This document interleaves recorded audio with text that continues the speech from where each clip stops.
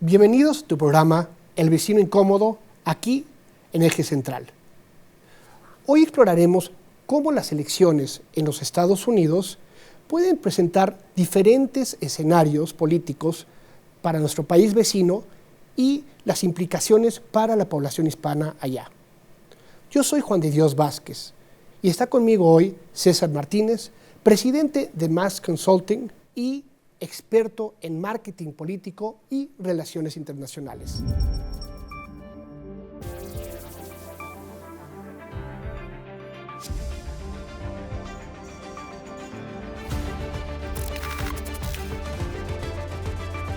Muchísimas gracias, César, un gran amigo y colega. César, tú eres un experto en las campañas políticas de los Estados Unidos, de todo el mundo, pero de los Estados Unidos has trabajado con varios presidentes. Cuéntanos un poquito algunas de las experiencias que has tenido, algunos de los trabajos más notorios durante estos 25 años de carrera. Bueno, primero, Juan de Dios, muy cómodo de estar aquí en El Vecino Incómodo. Se siente uno muy bien de poder venir a saludarles a ustedes. Y es curioso, yo no tenía planeado esto en absoluto. Yo emigré a los Estados Unidos hace 41 años, 1983, a estudiar cine y a trabajar en una empresa de distribución de cine. Y por azares del destino, estudié cine allá, terminé luego hilando, platico la historia porque va a hilar mucho en por qué terminé en esta película, que no me imaginaba yo esta película.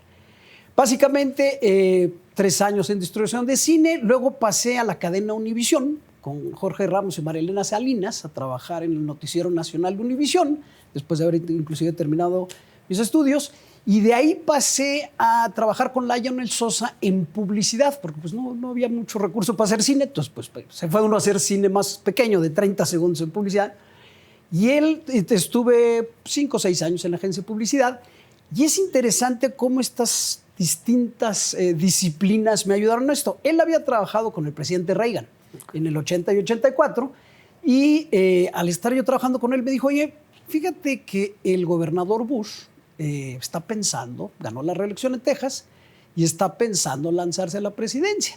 Tú te la pasas hablando de política y diriges muy bien comerciales. ¿Qué te parece si te dedicas a trabajar con él y hacer los spots? Entonces, en vez de empezar la típica campaña que vas a empezar en una de congresista o de alcalde o algo así, pues me tocó arrancar en el Super Bowl, pero bueno, le entramos. ¿Y qué pasa? Al haber estudiado cine, que el cine pues tiene muy parecido a la política, siempre hay protagónico y antagónico, hay 3 actos, hay mucho drama, la gente está intensa, está muy atenta y tienes que mantener esa parte de atención de la gente. Entonces, por ese lado, pero luego en noticieros aprendí mucho. Yo era coordinador de satélites y nos llegaba información de distintas partes de los servicios noticiosos del mundo y de distintas partes del país. Entonces aprendí también, hay que ayudar a que la gente reciba información. No solo se trata de lo que se cubre, sino también lo que uno divulga. Y la parte de publicidad sirvió también, porque lógicamente pues hay que sintetizar. Yo digo que las campañas políticas es como hacer creatividad a velocidad de noticieros. Entonces es muy interesante. Empecé yo en el straw poll de Iowa en 1999. Justo era esta parte en la cual estaban decidiendo qué candidatos podían ser el candidato del Partido Republicano, y George Bush conectó muy bien con los latinos. Entonces me tocó viajar bastante, hacer muchas cosas. Nos tocó trabajar a 2000 con él. Logramos el 33% de voto latino. 2004, el 44% de voto latino. Y luego me tocó trabajar con John McCain, con el senador McCain, en el 2008. Ahí sí no nos fue bien. Nos ganó Barack Obama, pero el senador McCain era una persona bastante interesante para trabajar con él. Yo les decía en su equipo, John McCain va a ser el primer presidente latino en los Estados Unidos. ¿Por qué? Pues nació en el canal de Panamá. Pues podría haber sido. Luego me tocó Mitt Romney en el 2012 y luego me tocó con Jeb Bush en el 16, y hasta que llegó un señor ahí que gritaba mucho, daba mucha guerra en los debates y todo, que se llamaba Donald Trump, y nos sacó de la jugada. Justo lo que te iba a preguntar, porque tú en el 2000, en la elección que fue en el 2016, cambias de giro, ¿no? Estabas tú antes, estuviste 20 años con los republicanos y cambias de giro y es más, participas muy fuerte en un proyecto que se llama el Lincoln Project. ¿Por qué ese cambio y qué era el Lincoln Project? Bueno, partiendo de que lo mío, yo soy independiente, no pertenezco a ningún partido político, creo que a uno ahí ayuda más, e inclusive yo siempre le decía, lo decía con Lionel, le decía, yo a mí lo que importa es que los latinos seamos tomados en cuenta. Ahora, si sea un lado o el otro, lo importante es que haya esa voz. Y había gente como George Bush que siempre invitó mucho a los latinos a participar, entonces había que ayudar en eso. ¿Qué pasó? En el 2000, que habíamos trabajado con George W. Bush, y con 2004 hicimos muchísimo esfuerzo latino. En el 2016, que estábamos con Jeb, teníamos el mejor candidato latino, básicamente para la presidencia, habla perfectamente español, casado con Columba, que nacida en Guanajuato, familia latina a final de cuentas, con mucha afinidad, gobernador de la Florida, entendiendo bien a la comunidad, pero no fue tan buen candidato como George Bush. Y pasaba a lo mejor lo que decía doña Bárbara Bush, dice, oye, no sé si ya el país quiera 3 Bush de presidente. Y cambió la dinámica. Apareció este señor Donald Trump que rompió con todas las reglas. En la primaria había 17 precandidatos, pero los medios le daban más atención a él que a los demás candidatos. O sea, la misma atención a él que a los otros 16 precandidatos. Entonces, no funcionó esa campaña, que podría haber sido muy buena con Jeb. Gana Donald Trump, le gana a Hillary Clinton, pero en el 2020, ahora sí, como dicen, qué bonita es la venganza cuando Dios nos la concede. En el 2020 dijimos, a ver, bueno, hasta inclusive desde el 18, dijimos, oye, no vamos a trabajar con un señor como Donald Trump, vamos a tener que hablar con la gente para convencerles que había sido un accidente del colegio electoral y la democracia. Y entonces, en ese momento, me invitó Mike Madrid, Stuart Stevens, Lionel Sosa, mi ex jefe y mentor, y dijeron, oye, vamos a conformar y vamos a participar con el Lincoln Project. ¿Qué era el Lincoln Project? Habíamos trabajado durante muchos años todos para buscar voto republicano, conservador, para candidatos, y esta vez fue, oye, espérame, no vayas a votar por Donald Trump. Precisamente porque Donald Trump era una gente que rompía mucho con esa parte más tradicional y funcionó bastante bien. Nos dedicamos durante todo el 2020 a hacer una campaña muy fuerte. Nosotros nos atrevíamos a hacer cosas más fuertes que no se atrevían los demócratas. Entonces fuimos un dolor de cabeza para Donald Trump en el 2020 y logramos que no se reeligiera. Muy bien, ahorita mencionaste el colegio electoral, ¿no? Entonces voy a saltar a esta pregunta. Porque mucho del público y muchos del auditorio en México no entiende la diferencia de lo que sería el voto popular y el colegio electoral. En Estados Unidos ha habido 5 casos de presidentes que pierden el voto que ganan el voto popular, pero sin embargo pierden el voto del colegio electoral, entonces son declarados ganadores. Entre ellos, el mismo Donald Trump, que perdió en el 2016 el voto popular, pero ganó en el colegio electoral, y también años antes Bush contra Al Gore, ¿no? Pasó lo mismo. Esos son los más recientes, los otros son del siglo XIX, pero los más recientes son esos 2. ¿Nos podrías explicar un poquito cómo funciona la dinámica en Estados Unidos? Para explicar el colegio electoral, si nos regalan 2 horas de programa, seguramente. No, en 2 minutos. Vamos a hacerlo en 2 minutos.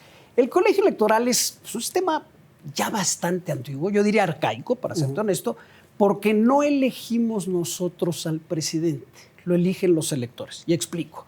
Todos los estados de la Unión tienen 2 senadores, básicamente, pero tus votos de colegio electoral se determinan por el número de población. Entonces, en California tienes 2, pero como tienes consejos distritales, tienes distritos, electorales, donde tienes a los congresistas, ahí se suma. Entonces, California tiene 55, Texas tiene 40 y fracción. Y entonces vas sumando esos. ¿Y qué sucede? Este sistema antiguo, creado por el hombre blanco en las épocas de las colonias, y se votaba el martes, y había que llegar en la carroza. De quien tenía tierra también. Había que tener tenedores de tierra, no votaba la mujer, no votaba la población afroamericana. Entonces era... Y también no se hacía en el Día de Dios, el domingo. Se vota en martes. Votamos en el primer martes de los noviembre. O sea, bastante arcaico, para serte honesto. Pero, ¿qué sucede?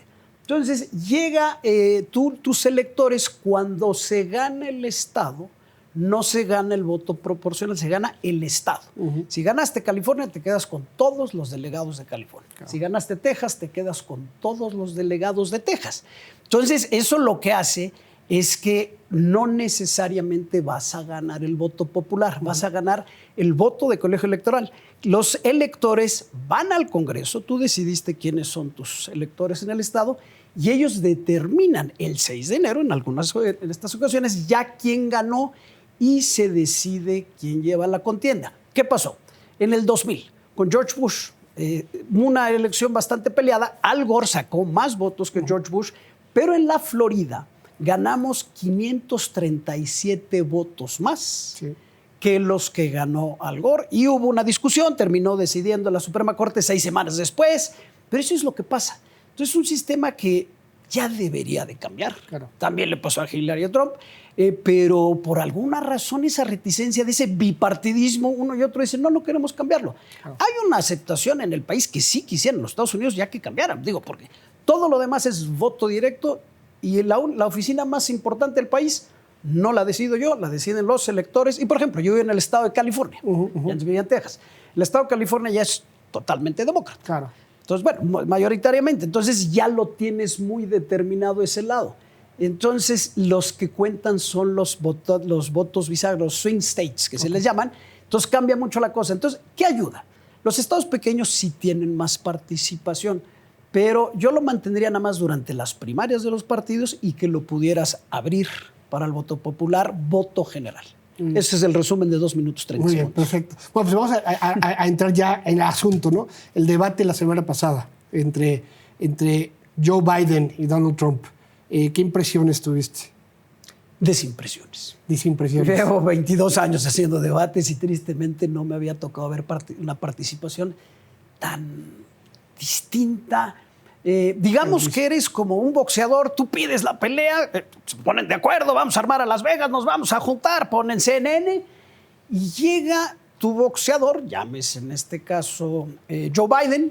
Por decir un nombre. Y se empieza a golpear él mismo. O sea, Donald Trump no tenía que hacer nada más que dejar que Joe Biden solo demostrara la teoría que ellos querían quitar. Básicamente la campaña de Joe Biden había dicho, oye, tenemos que quitar esa parte que dicen que ya está muy grande el presidente y lo vamos a demostrar en los debates.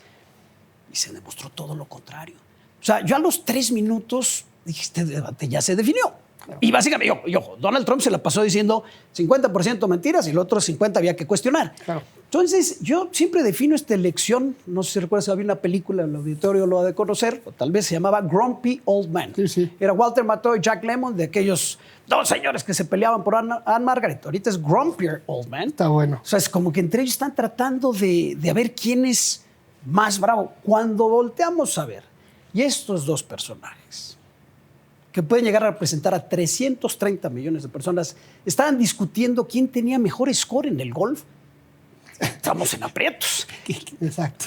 Entonces, definitivamente fue un debate desastroso y que a final de cuentas, en este caso, no es que lo haya ganado Trump, lo perdió Biden. Claro. Ahora, y dicen, obviamente en el postdebate han salido ya varios representantes del Partido Demócrata a pedir que Biden pues ya decline, ¿no? Que ya renuncie a la candidatura. ¿Ves esto viable o es posible? Partamos que Joe Biden hizo la labor más importante en el 2020, fue lograr que no repitiera Donald Trump. Y en ese caso, en esa campaña, no ganó Joe Biden, perdió a Donald Trump. Era un referéndum. Entonces él podía detener a esta persona que no era muy adepta a seguir el modelo democrático. Vino el infamoso 6 de enero del 2021, donde Donald Trump trata de detener la transición pacífica de la elección. O sea, todo muy complicado. Entonces, en ese momento, el presidente Biden y el Partido Demócrata deberían de haber abierto un poco más y empezar a decir, oye, el presidente Biden fue como de transición, así como fue el Papa Ratzinger, si recuerdas, que era básicamente entre Juan Pablo II, alguien de transición, y llegó ahorita Francisco. O sea, interesante. Podría él haber abierto y se hubiera puesto este canal. Regresamos a lo mismo. Entonces, el asunto es que no... Por eso los demócratas tienen que pensar muy bien. van a necesitar un game changer. Yo me acuerdo cuando estábamos con John McCain en el 2008, no había mucho que ganar. Pues ya había George Bush tenido 8 años en la presidencia, John McCain se veía como Bush 3. Y de repente Sarah Palin se convirtió en el game changer, que luego no salió mal, básicamente, pero algo que cambiara. Entonces imagínate si tienes ahorita, Joe Biden es el presidente mayor, Donald Trump dice yo soy el más joven, pero de repente cambias y metes una Kamala Harris, o metes un Gavin Newsom, o metes a Grichner también, o puedes meter a alguien más, que yo diría que si metieran una mujer afroamericana, más joven, ex litigante, sería sensacional, cambiaría la dinámica. De repente, el viejo es Donald Trump. Pero faltan 4 meses para la elección. Sí, pero no estamos en las épocas de cuando empezó el colegio electoral que necesitabas ir en las carrozas a saludar gente. Ahora nos podemos ver en la televisión, en las redes sociales, y en 2, 3 meses conoces perfectamente a la gente, haces debate. O sea, 4 meses no está mal. Las convenciones todavía no son. Son en agosto, ¿no? En agosto, entonces básicamente lo que pueden hacer los delegados los deja Joe Biden, se abre la contienda, sería interesante ver, y si sale de ahí algo fresco, podría motivar el voto de las mujeres, el voto de los jóvenes, el voto de las minorías, porque ahorita estamos decidiendo en votar en el menos peor. O sea, y así no puede ser un país como los Estados Unidos, que es este liderazgo mundial, es ir hacia el futuro. Esta es la primera elección que tenemos que va hacia el pasado. Ahora, por las características que dices, sería Kamala Harris, ¿no? Puede ser, pero también está Gavin Newsom, gobernador de California, está la gobernadora de Michigan también. O sea, hay opciones, ¿eh? No. Yo creo que la alternativa a tener algo distinto a Trump, y hay tiempo y puede motivar mucho a la gente. O sea, revivir esa... Le preguntas a los jóvenes ahorita, te dicen, ¿por qué voy a votar por un par de señores blancos de 80 años? No se sienten motivados. Metes mujer, joven y todo, y se puede despertar. Ahorita te dicen, no, es que Kamala Harris trae los mismos números que trae el presidente Biden y le van a reclamar la economía. Sí, pero es que sigue siendo parte del ticket. Muy distinto si sales tú. Y ella es pro defensa del aborto, del derecho de las mujeres. Entonces también eso podría dar un giro interesante. Muy bien. Ahora, asumamos que no hay ese cambio. ¿Qué diferencia? Nos vamos a dormir. Nos vamos a dormir todos. Tapados los ojos. Pero bueno, ¿qué diferencia hay entre esta campaña y la pasada o la anterior, donde ha estado Trump? ¿Qué diferencias ves tú ahora? Mira, Donald Trump, te digo, fue ese accidente del colegio electoral en el 16, luego en el 18 también participamos y no ganó esas elecciones de medio término, le fue mal. 2020 perdió, y en el 2022, que los hicimos con otras organizaciones como Mi Familia Vota, también estuvimos denunciando el trumpismo, o sea, el Trump y los trumpistas, los MAGA que les llamamos. Y básicamente estas campañas lo que nos deben notar es que Donald Trump ya era un cartucho quemado. O sea, ya no ganaba elecciones. Y de repente ahorita volteas y puede ganar elecciones. Y algo que matizó Donald Trump interesante. Hablando de vecinos incómodos, Donald Trump es un vecino bastante incómodo. Por eso se llama así el programa. No será solo para México, para muchos países del mundo. Solo para Vladimir Putin y China, y en algunos lugares que quieren que esté él ahí. Pero ¿qué sucede? Donald Trump lo que trae es que antes traía, cuando arrancó su campaña en el 16, si recuerdan muy bien, él dijo, los mexicanos son violadores, traen drogas, o sea, nos golpeaba mucho. Ahorita lo matizó, dice, los inmigrantes. Interesante, ¿por qué? Están en juego Nevada, está en juego Arizona, está en juego Pensilvania. Ahí el voto latino puede influir. 1 de cada 3 en Arizona es latino, 1 de cada 3 en Nevada es latino. En Pensilvania es un 9-8%, pero hasta en Georgia hay un 2% que puede determinar. Entonces él está tratando de matizar de una manera como diciendo, no es México, está hablando bien de familias hispanas, él siempre dice, siempre tiene que tener un antagónico. Él es una persona muy mediática, entonces el antagónico es básicamente esa frontera. Ok, bueno, es muy interesante lo que dices, ¿no? Porque lo que comenta...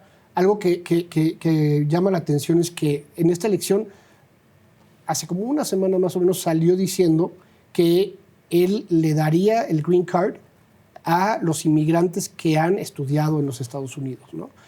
Pero, sin embargo, también dice que va a hacer la campaña de redadas más grandes de la historia. Más grandes de la historia, ¿no? Aludiendo a una que hubo en 1950, donde se llamaba la campaña en contra de los espalda mojadas, ¿no? Los wetbacks. Los wetbacks que llamaban. Tristemente. Entonces, tienes esa dos lados, ¿no?, de la moneda. Y yo creo que eso obviamente tiene que ver con lo que hablas tú, ¿no? Él está yendo en contra de lo que serían los inmigrantes ilegales, pero abrazando a lo que serían los hijos, las primeras generaciones o segundas generaciones de inmigrantes. Pero lo hace precisamente porque ahorita, para esto del colegio electoral, tío, son 5 o 6 estados que están en juego. Y 3 de esos, como los mencioné, tiene una gran importancia el voto latino. ¿Qué pasa? Los latinos somos 50% del crecimiento poblacional de los Estados Unidos. O sea, básicamente es el crecimiento. Somos la mayoría en California de los habitantes. Somos la mayoría en Texas. Ya no es la famosa minoría, es la minoría más pequeña, sí, claro, pero somos la mayoría, a final de cuentas, de población. Entonces, los Estados Unidos básicamente se está latinizando. Si él sigue con esta cuestión, o sea, nuevamente, quiere como decir, no es hacia ti, es hacia aquellos de la frontera. Pero también hay que recordarle a la gente, Donald Trump quiere deportar a tu abuelita, quiere deportar a tus papás, ¿cómo vas a votar? Entonces, y él está apostándole mucho a hombres y a segunda generación. Claro. Ahora, digo, es interesante, ¿no? Por lo que comentas de que los hispanos ahora mismo ya en muchos estados son la mayoría. Sin embargo, no hay ahora mismo un contendiente posible para la presidencia. Hace algunos años había Julián Castro, estaba por ahí y demás, pero ahora mismo parece que ha desaparecido. Sí, fíjate, era interesante. Por eso me regreso al 2016. Julián Castro sí estuvo contendiendo por un lado y teníamos a Marco Rubio, que ojo, si Donald Trump agarra a Marco Rubio de candidato a vicepresidente con él, que lo está contemplando, sí, claro, se va a complicar bastante. Porque claro, va a decir, caray, ahí está el futuro presidente latino. Claro. Es interesante. Pero también en su momento tenemos a Marco Rubio, estaba Ted Cruz, sí, claro, que es un senador un poco extraño, pero también estaba Jeb, que era muy pro-latino. Entonces, sí creo que tenemos que participar más, porque al tener tantos números de población, pues viene una responsabilidad. Claro. Entonces, imagínate un ticket, vamos a imaginarnos un ticket que dijera, bueno, va Kamala Harris y de candidato a vicepresidente, Julián Castro. Sí, claro. Olvídate, sería un ticket que le da la vuelta totalmente a la elección. Que fue el gran error de Hillary Clinton para muchos, ¿no? Que no escogió a Julián Castro como su vicepresidente. Entonces quiso irse al centro en vez de irse un poco más hacia la izquierda y eso le perdió muchos votos. Sí, algo nuevo. O sea, los Estados Unidos es un país todavía joven. Claro. Y ahorita estamos con las dos opciones de casi 80 años, respetando la edad, por supuesto, pero creo que podemos tener algo mejor. Muy bien. Ahora, y hablando del futuro, ¿cómo ves el futuro si es que gana, bien sea Donald Trump o si gana Joe Biden para lo que sería la comunidad hispana en los Estados Unidos? Bueno, si gana Joe Biden, vamos a tener un presidente que va a acabar a los 86 años. Entonces sería por ser tal vez la presidencia de Kamala Harris, pensando en esa forma. Hay varios miembros del gabinete latino. Entonces, y nuevamente tenemos una gran importancia, inclusive si vieron, Joe Biden también hizo una iniciativa que los esposos que no tenían documentos, que se casaron con ciudadana o ciudadano americano, hasta hace 10 años, o sea, de 10 años para atrás, tenían la posibilidad de aplicar para una green card también. Entonces, el futuro de los Estados Unidos es un futuro latino, sin indudable. Si gana Donald Trump, el vecino incómodo, va a ser más complicado, pero ojo, tenemos mucho poder. O sea, los latinos tenemos más poder del que nos imaginamos. O sea, al tener tantos números, tenemos tantos votos, al ser parte muy fuerte del poder económico, simplemente más levantar la voz, más participar en las elecciones, más tener funcionarios electos. Entonces, no es cuestión de mucho tiempo que veamos un presidente latino y hay que ir preparando más gente para que lo haga. Buenísimo. Pues, César, muchísimas gracias por acompañarnos. Es un placer, como sabes, un grandísimo amigo, pero aparte te tengo todo el respeto y toda la admiración por tu trayectoria. Muchas gracias por venir y estar aquí en el Vecino Incómodo. Al contrario, vecino cómodo, Juan de Dios, un gusto estar con ustedes. Muchísimas gracias. Y muchas gracias a todas y todos por acompañarnos a este programa. Nos veremos en el próximo programa. Les mando un abrazo muy fuerte desde acá. Gracias por todo.